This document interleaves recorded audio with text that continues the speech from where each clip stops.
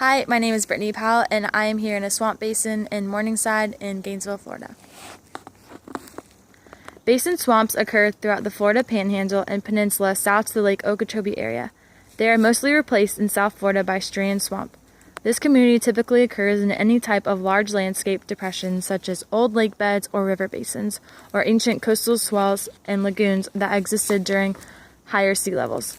They exist around lakes and are sometimes headwater sources for major rivers such as the Suwannee. The overstory is dominated by pond cypress, which can be seen here, and swamp tupelos, which you can see in the background over there.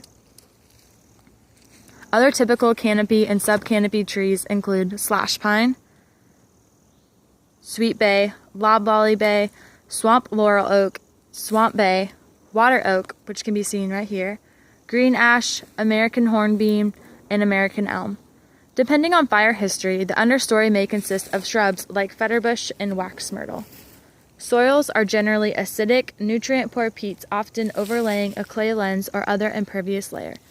This clay lens or impervious layer causes a perched water table above that of the adjacent uplands.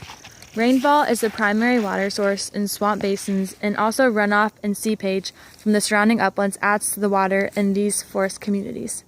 Standing water is very common throughout the year in basin swamps.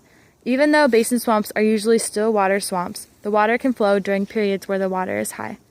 Streams and sloughs can be found in basin swamps, and these can drain the swamp during periods of high rainfall.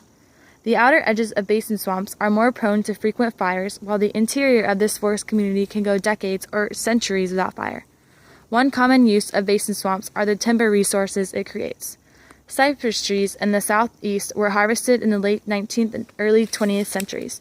To maintain these basin swamps, there needs to be natural hydro periods and natural fluctuations in water levels. To do this, some basin swamps have been drained through ditching or have been impounded to fluctuate the water levels.